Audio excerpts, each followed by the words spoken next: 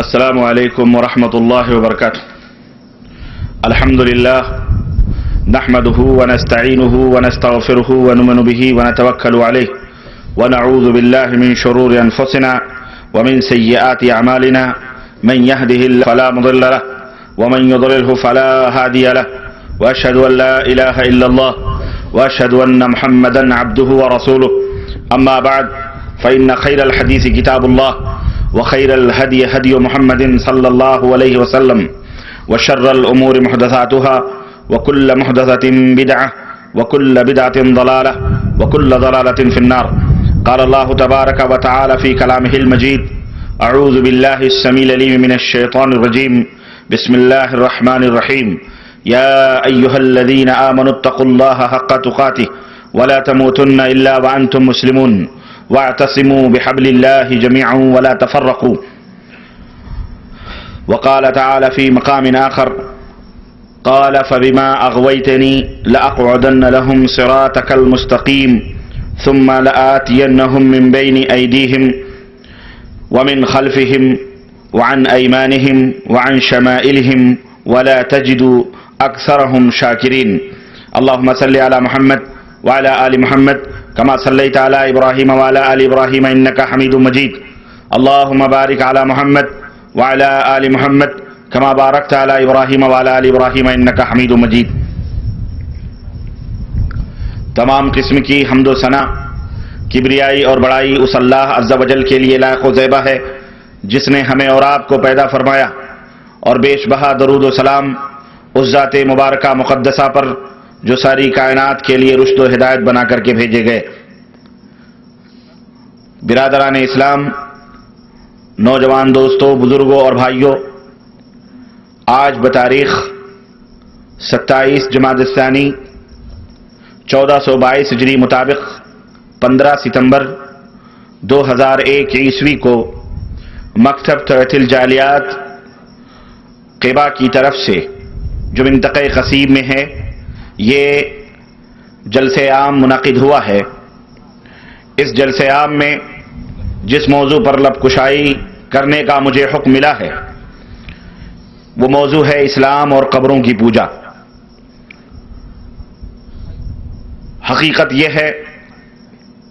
جیسا کہ آپ نے سماعت فرمایا کہ یہ میری چند تقریروں میں سے ایک بڑی عجیب و غریب تقریر ہے جو آج سے تقریباً 8 یا 10 سال پہلے میں نے جمعے کے خطبے میں اس موضوع کی اچھی طرح سے وضاحت کی تھی. آج اخوان کا مطالبہ ہوا کہ اسی موضوع پر لب کشائی کی جائے تاکہ ہمارے دوستوں اور ہمارے بھائیوں تک وہ حقیقتیں بے نقاب ہو کر کے سامنے آ جائیں جنہیں بہت دنوں تک اور برسوں تک پردے راز میں رکھا گیا ہے. حضرات، تو آئیے اللہ کی توفیق سے میں اپنے اس موضوع کی وضاحت کرنے کی سعادت حاصل کر رہا ہوں. اللہ عز و جل سے دعا ہے کہ اللہ تبارک و تعالی ہمیں اور آپ کو حق بولنے، حق بات کے سننے اور اس پر عمل کرنے کی توفیق عطا فرمائے. آمین یا رب العالمین. اس موضوع کی وضاحت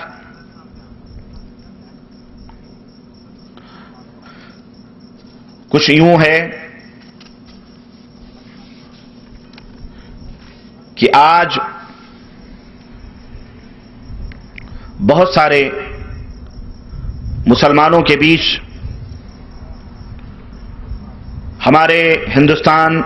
پاکستان، بنگلہ دیش یا افغانستان کے اندر ایسے اشخاص موجود ہیں جن کی پہچان اور جن کی شناخت بڑی آسانی کے ساتھ ہر ایک انسان کر سکتا ہے. سروں کے اوپر لمبی چوڑی دستار اور ہاتھوں میں لمبی چوڑی تسبیحیں اور لمبے چوڑے جبے اور قبے پہنے ہوئے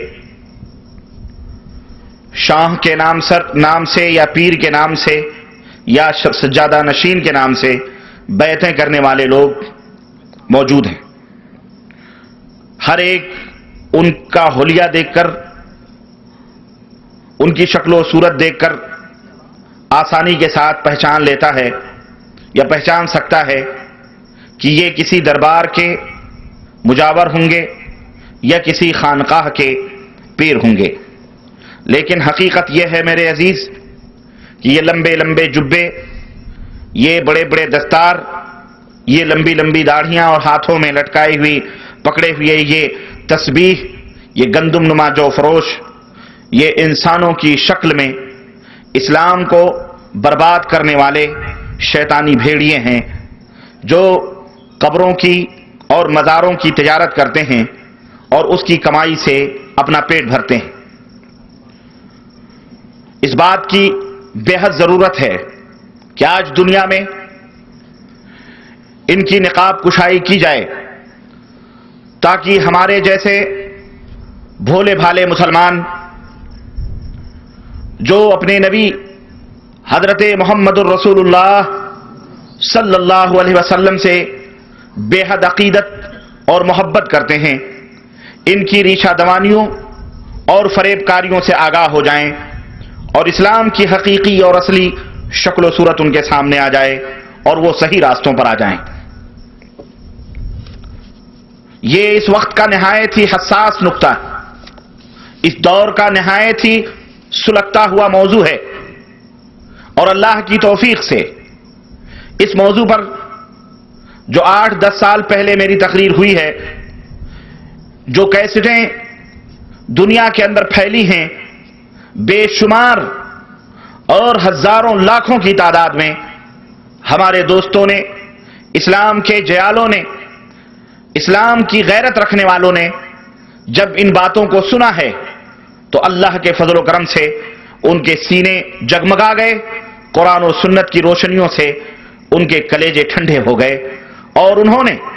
اس سے توبہ کی اور اللہ کے فضل سے وہ توحید و سنت کی راہوں پر گامزن ہو چکے ہیں. میرے عزیز، اس موضوع کے بیان کرنے کا جو مقصد ہے اس کے سوا کچھ بھی نہیں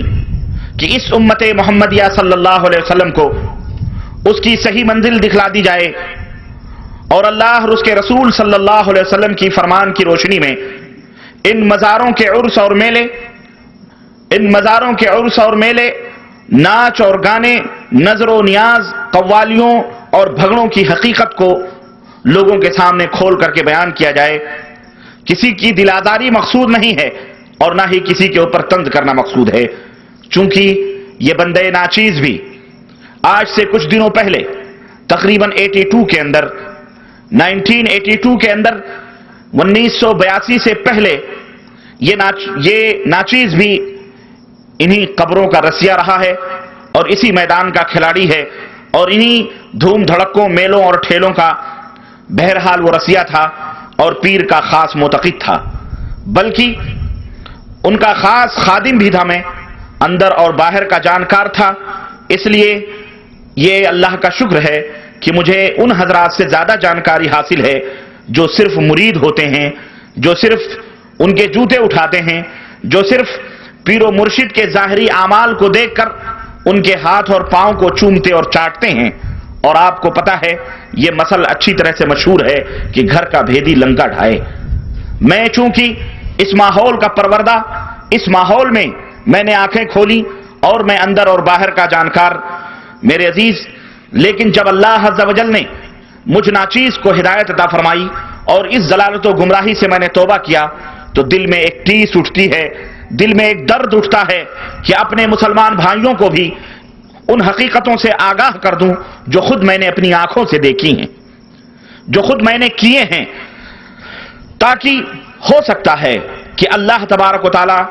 ہمارے بہت سارے ایسے مسلمان بھائی جو اس دلدل میں پھنسے ہوئے ہیں، اللہ انہیں بھی ہدایت عطا فرمائے اور وہ بھی سیدھی راہ پر آ جائیں. میرا کام صرف اسلام کی باتوں کو، قرآن اور سنت کی باتوں کو لوگوں تک بتلانا ہے، ان تک پہنچانا ہے، لیکن ہدایت دینا یہ ہمارا کام نہیں ہے، یہ عرش والے کا کام ہے۔ انک لا تہدی من احببت ولکن اللہ یہدی من یشاء، اللہ جس کو چاہتا ہے ہدایت عطا فرماتا ہے، اور اللہ جسے ہدایت نہ دینا چاہے وہ ہدایت پا سکتا نہیں پا سکتا ہے۔ دوستو، میرے اس موضوع کے صحیح رخ کو جاننے کے لیے آئیے سب سے پہلے میں چند بنیادی باتیں آپ حضرات کی خدمت میں رکھتا چلوں، تاکہ اصل موضوع کو آپ اور ہم اچھی طرح سے سمجھ سکیں اور وقت ضائع نہ ہو،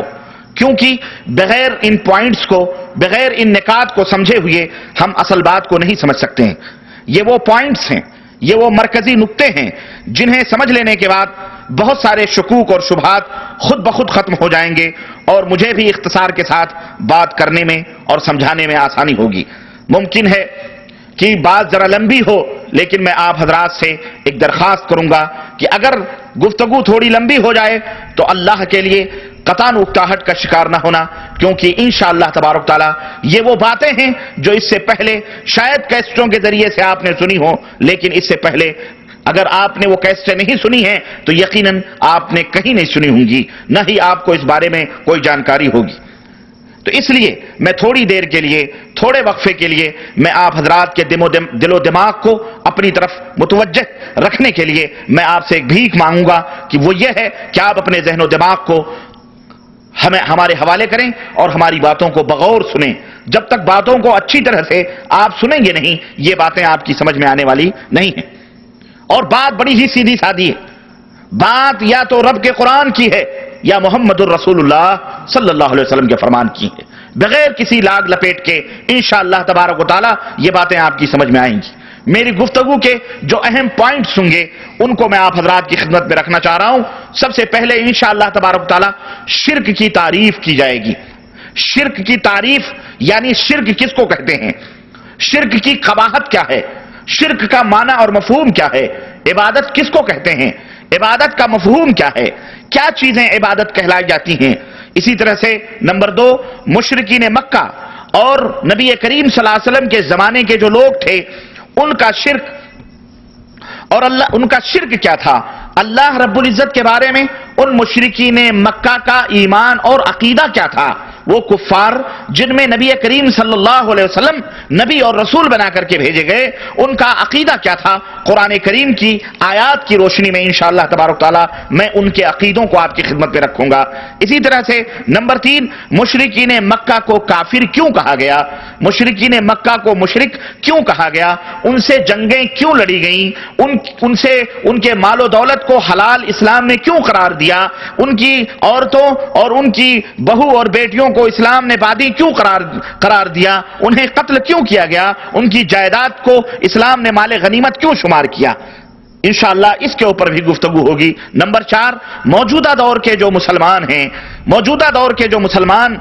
ہیں وہ شرک میں ملوث ہیں، کیا مسلمان بھی مشرک ہو سکتا ہے، کیا مسلمان بھی شرک کر سکتا ہے، اس شبہے سے انشاءاللہ تعالی میں پردہ اٹھانے کی کوشش کروں گا۔ نمبر 5، پچھلے زمانے کے جو لوگ ہیں ان کا شرک کیا تھا، وہ کیا اعمال کرتے تھے جسے اللہ نے شرک قرار دیا ہے، کیا وہ صرف مورتیوں کی پوجا کرتے تھے، کیا وہ صرف بت بنا کے پوجتے تھے، یا کچھ اور بھی چیزیں تھیں جن کی وہ پوجا اور پرستش کرتے تھے، اسے ہم قرآن کریم کی آیات کی روشنی میں انشاءاللہ آپ کی خدمت میں رکھنے کی کوشش کریں گے۔ اسی طرح سے نمبر 7، بت،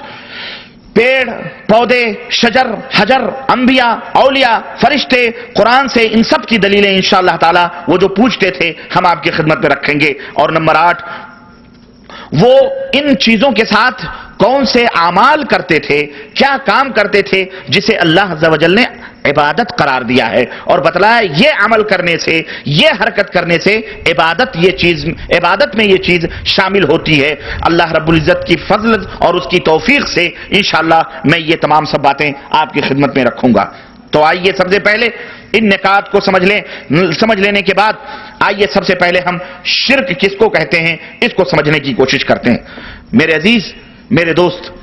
اللہ آج ذہنوں اور دماغ میں یہ بات بیٹھی ہوئی ہے کہ شرک صرف ان باتوں کا نام ہے کہ کسی بھی چیز کو، کسی بھی دیوی کو، کسی بھی دیوتا کو، کسی پیڑ کو، کسی پودے کو اللہ کے برابر قرار دے دیا جائے، اللہ کا ہمسر قرار دے دیا جائے، یہی شرک ہے۔ میرے عزیز، بات ایسی نہیں ہے، بلکہ شرک کس کو کہتے ہیں اس کی تعریف آپ اپنے ذہن و دماغ میں بٹھائیں، پھر اس کی قباحت